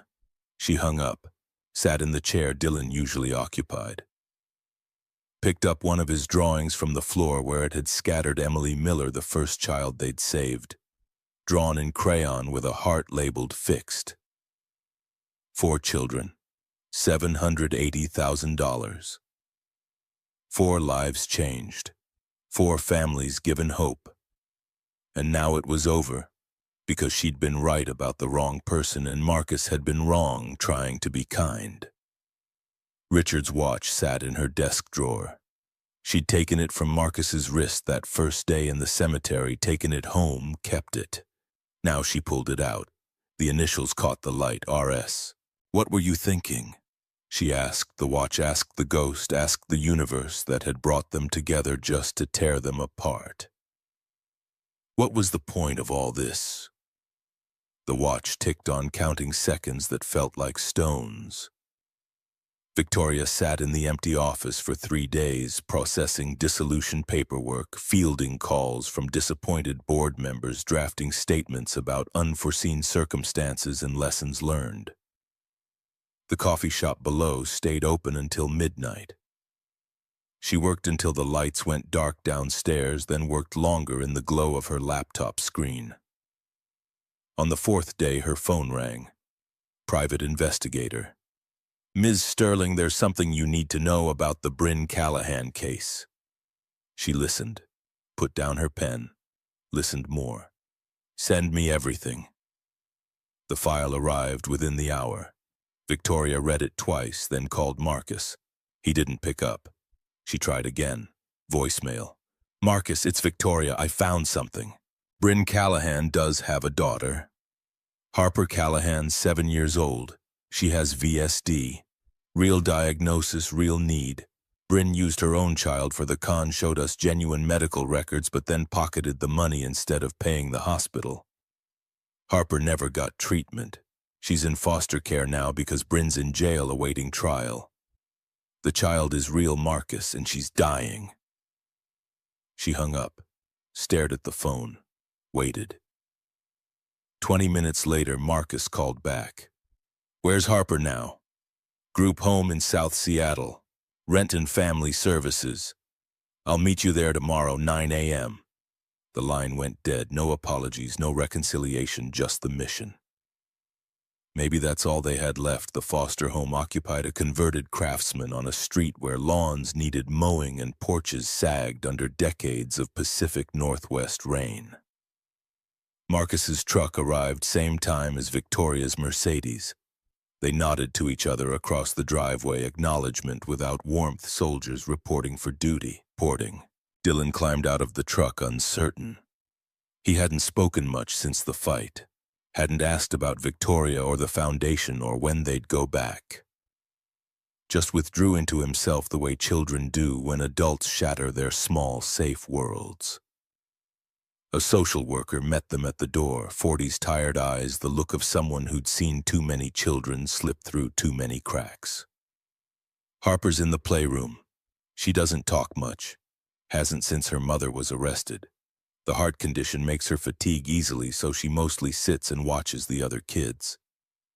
The playroom held 6 children ranging from toddler to preteen. Toys scattered across worn carpet. A TV played cartoons no one watched. Harper sat in the corner, small even for 7, clutching a stuffed rabbit that had seen better years. Blonde hair pulled into a messy ponytail, blue eyes that tracked movement without engaging. Dylan saw her and froze. Marcus felt his son's recognition there, but for grace went he. Dylan had been that child once, the sick one, the different one, the kid who couldn't keep up. Hi. Dylan's voice came quiet as he crossed the room. I'm Dylan. That's my dad Marcus, and that's Miss Victoria. We came to see you. Harper looked at him without speaking. Dylan sat down cross-legged in front of her, not too close, giving space. I like your rabbit. What's his name? Nothing. I have a bear named Buttons. He's really old and one eye is loose, but I love him anyway. Is your rabbit old too? Harper's fingers tightened on the rabbit's ears. A nod barely perceptible. I had surgery. Dylan lifted his shirt, showed the scar that ran down his sternum. On my heart. It was sick, but doctors fixed it. Does your heart need fixing too? Harper stared at the scar. Reached out one finger, traced it through the air without touching. Her voice came thin and reedy like wind through broken windows. Mine's broken. Mommy said she'd fix it, but she lied. The words broke something in Victoria. She'd been standing by the door, observing, assessing, keeping professional distance. But that small voice saying she lied cut through every defense she'd built. She crossed the room, knelt beside Dylan and Harper. The girl flinched. Your mommy did lie. I'm sorry she did that, but we're here because we don't lie. We came to help you if you'll let us. You have lots of money. Harper's eyes held no hope, just tired knowledge beyond her years. Yes. Mommy said people with money don't help people without money, they just pretend. Victoria absorbed the hit, deserved it maybe. Your mommy was wrong about that. Sometimes people with money do help. Sometimes they mess up and fail. Sometimes they try again. I want to try again with you, Harper. I want to pay for your surgery and... She hadn't planned this, hadn't discussed it with lawyers or thought through implications. But watching this child who'd been used as a prop in her mother's con, who'd never gotten the help that was supposed to save her. Victoria knew with absolute clarity what needed to happen. And I want to be your family, if you'd like that. After you're better, after the surgery, I'd like you to come live with me, permanently." Marcus's head snapped up. Harper went very still. "Like adopted?" "Yes, like adopted. But you don't know me." "Not yet, but I'd like to." Harper looked at Dylan, seeking guidance from the only person in the room who might understand. Dylan grinned. "Miss Victoria's house is really big, like a castle, and she orders pizza even though she's rich, and she's learning Photoshop from me. She's actually pretty cool." That almost smile flickered across Harper's face. She looked back at Victoria. "Can I bring Mr. Hops?" She held up the rabbit. "Mr. Hops has to come. He's family too." "Okay then." Just like that. "Okay then." As if agreeing to surgery and adoption was no more complicated than choosing which toy to bring. Maybe for children it was that simple. Maybe adults were the ones who made everything harder than it needed to be. Marcus touched Victoria's shoulder, drew her aside while Dylan entertained Harper with stories about buttons and adventures they'd have together. "Are you sure about this? Adoption is its forever. You can't change your mind." "I know what adoption means. Have you thought about what it takes? She'll have trauma from her mother's arrest, trust issues. She'll need therapy, patience, time. You might not." "I have time." Victoria's voice held steel. "I have money. I have this enormous house with empty rooms. I have everything except someone to share it with. Richard and I spent 10 years wanting a child and never getting one. Maybe this is why. Maybe Harper is who I was supposed to find." Marcus studied her face, searching for doubt or impulse or the desperate need some people had to rescue things because they couldn't rescue themselves. He found none of that, just determination and something that looked like readiness. "Then Dylan and I will help however we can. If you're doing this, you're not doing it alone." "I thought you quit." "I quit being angry. The foundation still needs to exist. Harper proves that. Real kids fall through cracks while we're busy being right or wrong about other things." Victoria felt something unlock in her chest, not forgiveness exactly. They'd both said things that couldn't be unsaid, but maybe forgiveness wasn't required. Maybe just moving forward was enough. "The surgery first, then we figure out the rest." Seattle Children's Hospital scheduled Harper's surgery for late May. Ventricular septal defect repair, 8 hours. Estimated surgeon named Dr. Patricia Chen, who had steady hands and 30 years of experience closing holes in children's hearts. Victoria moved Harper to Sterling Manor 2 weeks before surgery for pre-op appointments, and to help the girl adjust. The social worker approved temporary emergency placement given the medical urgency and Victoria's resources. The adoption paperwork would take months, background checks, home studies, but the surgery couldn't wait. Harper moved through the house like a ghost at first, touched nothing, asked for nothing, slept curled tight around Mr. Hops in a bedroom twice the size of her foster home's playroom. Victoria floundered. She'd run a tech company, managed hundreds of employees, negotiated deals worth millions. But she couldn't figure out how to make a 7-year-old eat breakfast or brush her teeth or trust that the bed would still be there tomorrow. Marcus and Dylan came over every evening. Dylan showed Harper his room at home, small and cluttered and full of life, taught her card games and how to draw hearts with wings. Marcus quietly demonstrated routine to Victoria while she watched and learned. Kids need structure. Same bedtime every night, same breakfast ritual. Doesn't matter what the ritual is, just that it's consistent. I can do consistent. And they need to see you eat with them, not just provide food. Sit down, share the meal. Richard and I never ate together, not really. We had the dining room for show, but we ate separately working. Harper needs to see you, needs to know you're real and present and not going to disappear. So Victoria learned, sat at the kitchen island for cereal every morning even though she'd never eaten breakfast before. read picture books at bedtime even though her voice felt awkward and uncertain, enrolled Harper in a child therapist who specialized in trauma, took her shopping for new clothes and let the girl pick out purple everything because that was her favorite color. Slowly, incrementally, Harper began to emerge. Laughed at Dylan's jokes, asked Victoria questions about the big house, admitted she was scared about surgery but glad it was happening. The morning of the operation, Victoria dressed in jeans and a sweatshirt, comfortable clothes for a long wait. Harper wore purple pajamas under her hospital gown. Dylan had drawn her a picture, two girls holding hands, both with scars, both with capes. Heart heroes. When you wake up, you'll be like me and Dylan. You'll have a scar that proves you're brave. Harper clutched the picture. Victoria held her other hand. Marcus stood behind them, steady presence.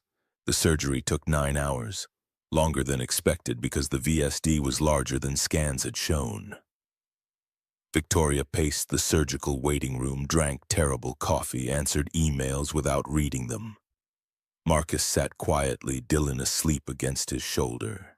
They'd been here before, knew the weight of waiting, knew how seconds stretched into geological time when someone you loved was under a surgeon's knife. Dr. Chen emerged at hour 9. Scrubs still on mask, pulled down exhaustion around her eyes, but something else too. Success. Harper did beautifully. The defect is repaired. Her heart will function normally now. She'll need monitoring, but her prognosis is excellent. Victoria's legs gave out. She sat down hard on a chair, hands shaking, tears streaming down her face without permission. Marcus's hand found her shoulder, squeezed. She's going to be okay. Not a question, a statement, a truth they could finally believe. Recovery took 3 weeks. Harper in the ICU for 5 days, then moved to a regular room where Dylan visited every afternoon with new drawings.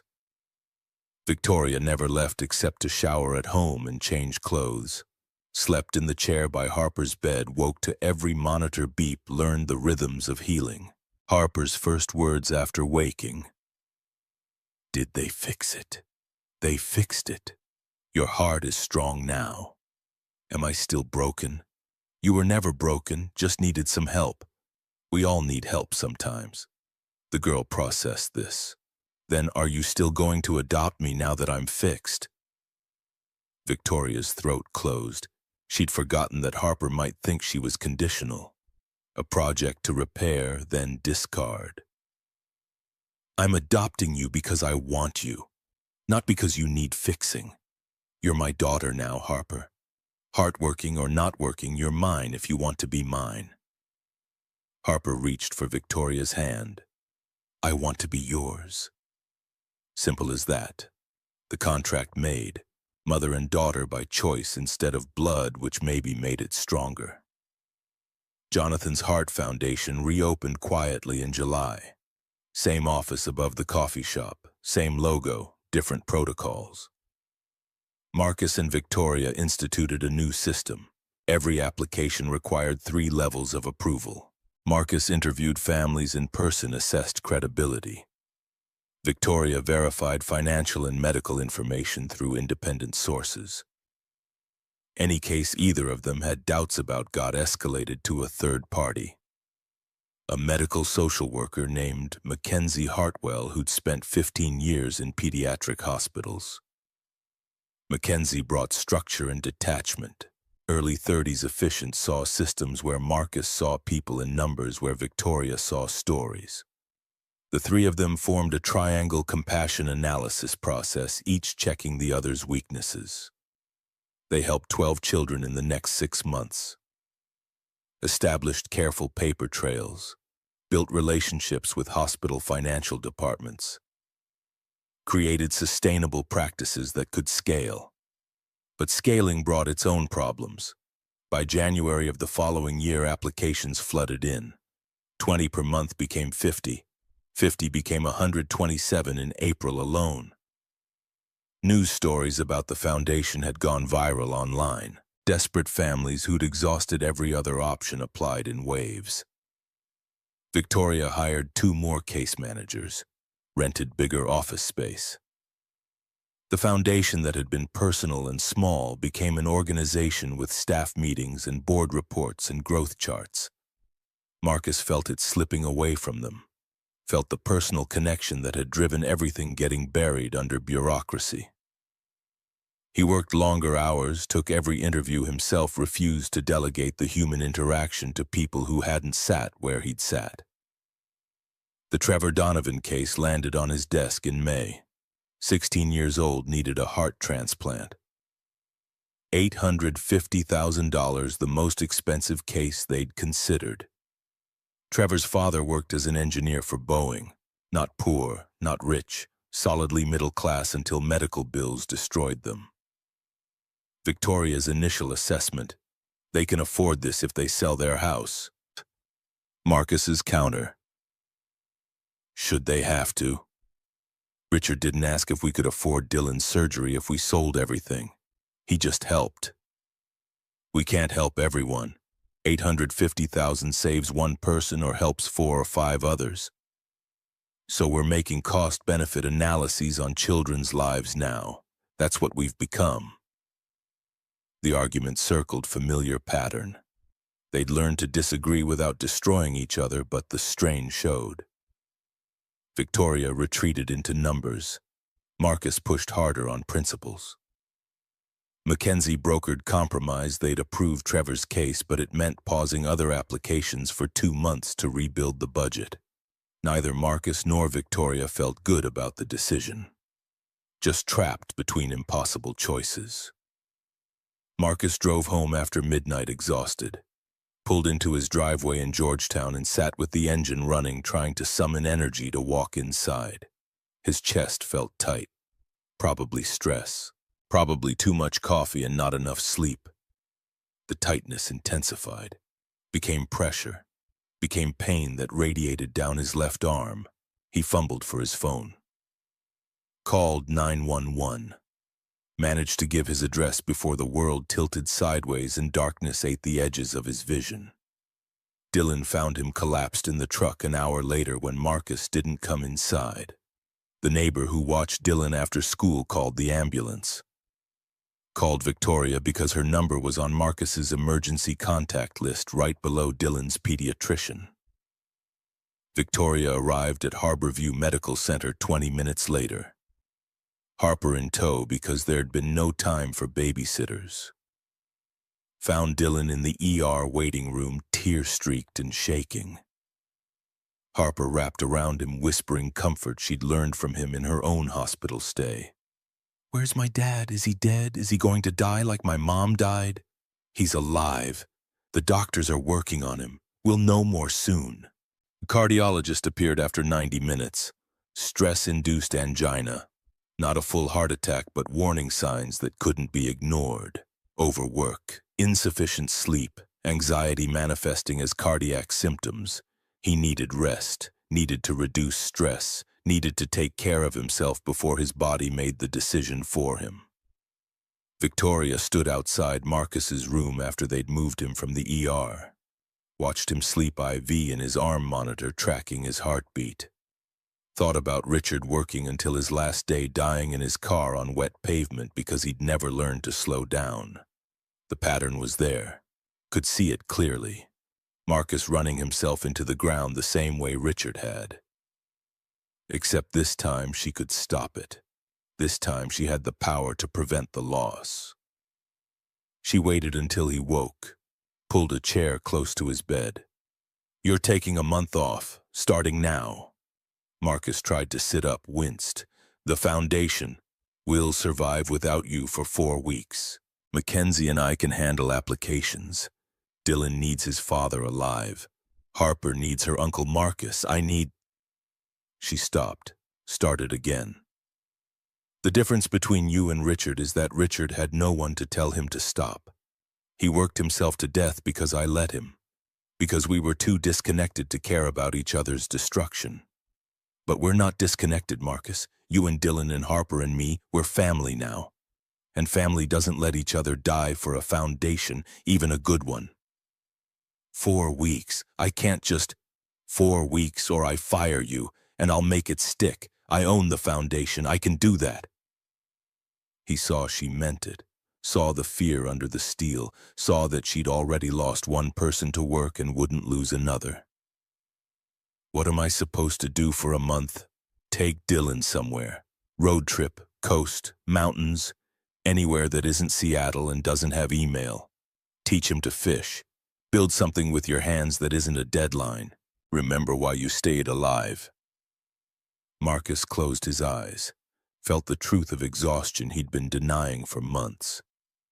Okay, 1 month, but you have to promise me something. What? Don't let this place eat you too. Don't become Richard. Victoria's smile was sad. I'm trying not to. It's harder than it looks.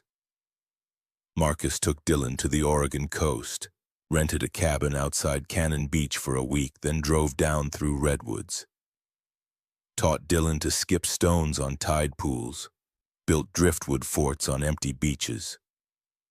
Caught nothing while fishing, but Dylan thought it was the best vacation ever. Away from email and applications and impossible decisions, Marcus felt his chest loosen. Could breathe fully for the first time in months.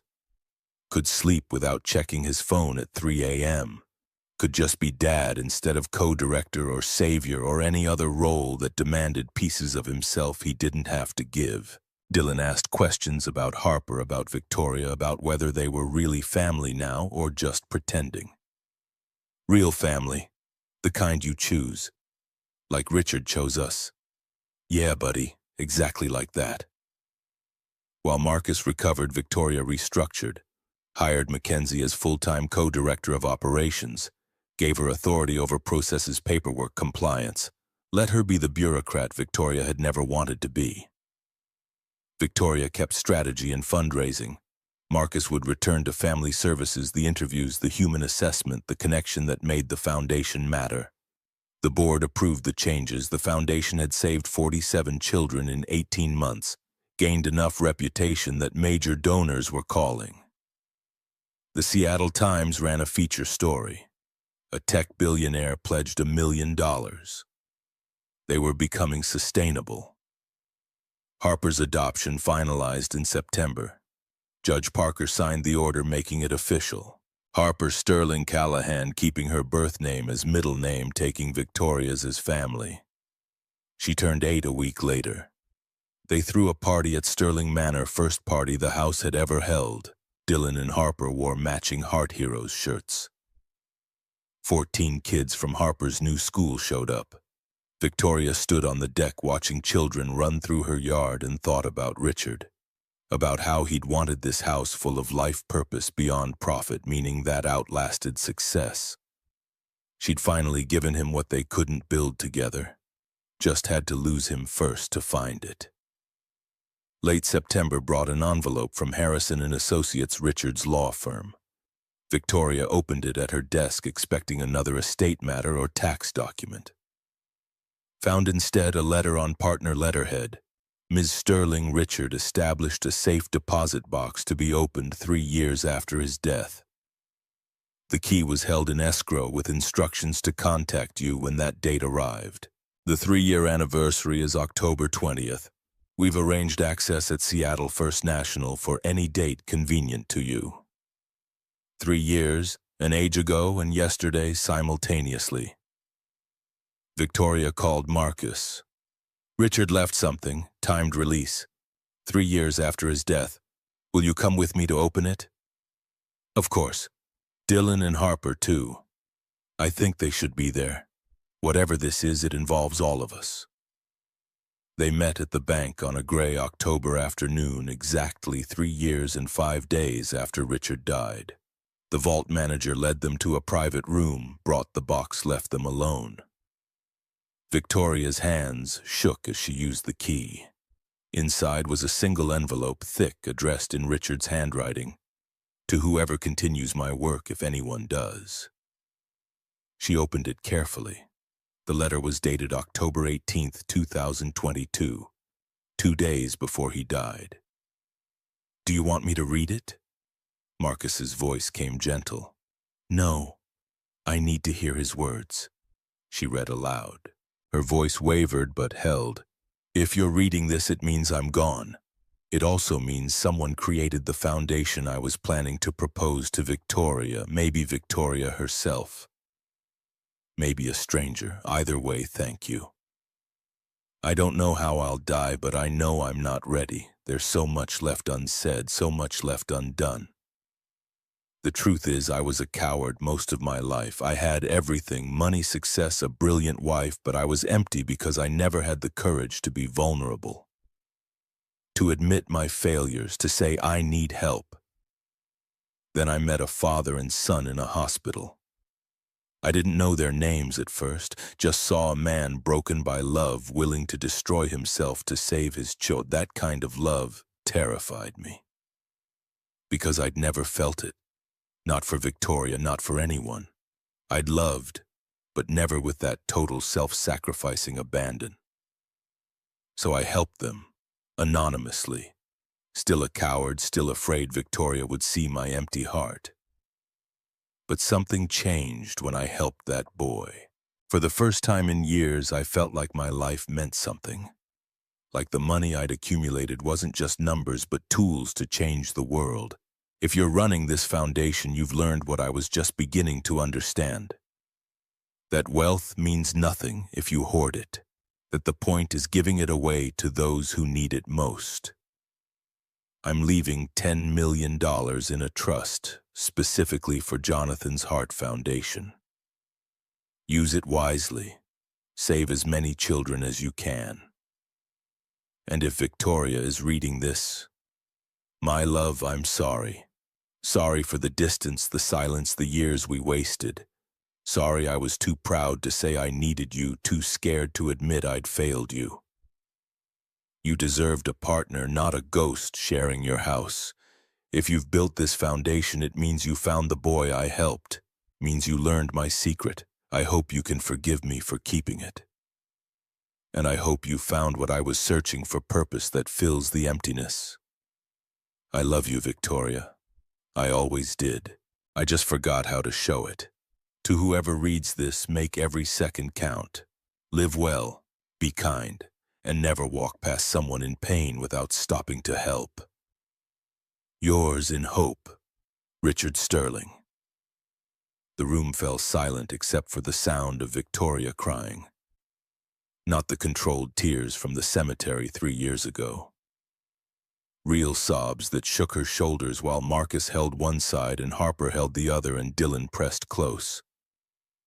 $10 million. The foundation had operated on Victoria's personal wealth and donations.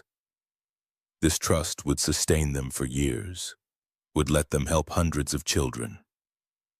Richard's final gift, planned before his death, delivered after it. He was ready to tell you. Marcus's voice was thick. He wrote this 2 days before the accident. He was finally going to be honest. But he ran out of time. Victoria wiped her eyes. He was driving back from somewhere, probably rehearsing what he'd say. And he didn't see the curve or the rain, or she couldn't finish. Didn't need to. They all understood. Richard had been on the cusp of transformation. Had saved Dylan as practice for saving his marriage. Had planned this foundation as a way back to Victoria. And died before taking the first step. But his death had accomplished what his life couldn't. Had brought them all together. Had created the family he'd wanted and the purpose he'd sought. Just not in the way he'd imagined. Harper tugged Victoria's sleeve. Can we go see Mr. Richard's grave? I want to say thank you. Yes, let's all go. They drove to Lakeview Cemetery in 2 cars. October afternoon fading into evening, 3 years to the day after Marcus had first knelt in mud with wilted daisies. Everything had changed. Nothing had changed. The grave still held a man who'd saved them all without knowing what he'd started. Marcus laid fresh flowers. Daisies again, but expensive ones this time. Victoria added white roses. Harper and Dylan placed drawings, heart heroes flying through clouds. Saving other kids, being brave. Other families started arriving. Word had spread through the foundation's network. parents whose children had been saved, the teenagers themselves, healthy and alive. They came with flowers, with gratitude, with stories of the second chances they'd been given. 47 children, 47 families who wouldn't have to choose between their homes and their kids' lives. And with Richard's trust, hundreds more to come. Victoria stood at the center of the gathering. Harper pressed against her side and spoke to the crowd. Richard Sterling wanted to know if his life meant something. I can answer that now. He changed the world, not through his business or his wealth, but through one choice: to help a stranger. That choice created ripples that will never stop. 73 children are alive today because Richard saw Marcus and Dylan and decided to act. Hundreds more in years to come because he had the foresight to plan beyond his death. That's immortality, that's legacy. Marcus added his own words, voice steady with certainty. 3 years ago, I came to this grave to thank a stranger. I'm leaving today with family, with purpose, with proof that goodness exists even in darkness. Richard gave us more than money. He gave us each other. He gave us a reason to be better than we were. They established a tradition. October 20th would be Richard's Day. Annual gathering at the grave, celebration of lives saved, families helped. Not a day of mourning, but of gratitude. As the crowd dispersed, as sunset painted Seattle's sky in shades of gold and rose, Marcus stood with Victoria and the kids, their odd assembled family, carpenter and CEO. 2 children saved by the same ghost, bound together by debt that could never be repaid, but could be paid forward forever. Harper held Victoria's hand. Dylan held Marcus's. The 4 of them connected in a chain. Same time next year, Dylan's voice carried the ritual they'd established. Same time every year, Victoria confirmed. Always. They walked together toward the parking lot. Marcus felt the watch on his wrist, Richard's watch ticking forward. Each second a gift. Each moment a chance to make different choices than the man buried behind them. The foundation occupied larger offices now, staff of 7, operating budget in millions. Professional operation that bore little resemblance to the scrappy startup they'd launched above a coffee shop. But the mission stayed pure. The hearts they saved stayed real. The families they helped stayed grateful. Marcus had learned to balance, worked 40-hour weeks instead of 80, took weekends off, built furniture in his workshop for pleasure instead of necessity. Dylan thrived in middle school. Harper called him Uncle Marcus and meant it. Victoria had learned to be a mother, still ran her tech company but delegated more, trusted more, left work at work, attended Harper's school events, helped with homework, read bedtime stories even though Harper could read herself now. Became the parent Richard had wanted to be. They gathered at Sterling Manor most Sundays, cooked together, Victoria learning, Marcus teaching. Dylan and Harper would disappear into the enormous house playing elaborate games. The adults would drink coffee and talk about the week, about challenges, about the careful balance between saving everyone and saving themselves. In the quiet moments, Victoria sometimes pulled out Richard's letter. Read his words about courage and vulnerability, about wealth meaning nothing if hoarded, about love that he'd felt but never shown. She'd forgiven him, not immediately, not easily, but gradually, watching Marcus and Dylan raising Harper, building the foundation into something sustainable she'd understood. Richard had been trying, had been on the path, had run out of time before reaching the destination. That's what mortality meant. You didn't get unlimited chances, you got the moments you had and nothing more. Richard had used his last moments to try changing course, had left money and letters and watches as breadcrumbs for those who came after. Victoria had followed those breadcrumbs to Marcus, to Dylan, to Harper, to a family that looked nothing like what she'd imagined but felt more real than anything she'd had before. Marcus watched his son grow strong and healthy, watched the scar on Dylan's chest fade from angry red to pale silver, watched him become the big brother Harper needed, teaching her resilience and courage, the way only someone who'd survived could teach. At night, taking off the Patek Philippe to wind it, Marcus thought about the man who'd worn it before him. 3 generations of sterling men Richard had written. Now Marcus wore it, a carpenter in a line of businessmen connected by the simple act of seeing someone in pain and choosing to help. He'd teach Dylan that lesson, would pass the watch to him someday, would tell the story of Richard Sterling who'd saved them, and Victoria Sterling who'd built on that salvation. Would say this is what it means to live well, to be kind, to make every second count. The foundation saved its 73rd child in October, 3 years after opening. A girl named Mia Washington, 5 years old, who needed valve replacement surgery. Her mother cried when Marcus interviewed her, told him they'd been rejected by 3 other charities because they made slightly too much to qualify, but not enough to afford treatment. We fall in the gap, too poor to help ourselves, too rich for help. Marcus approved her that day. Victoria verified everything immediately. Mackenzie processed the paperwork. Mia had surgery 2 weeks later. Successful. Another life saved. Another family given hope. Marcus drove past the old workshop in Georgetown sometimes. He'd sold it when the foundation went full-time, moved his tools to a corner of Sterling Manor's basement that Victoria had renovated for him.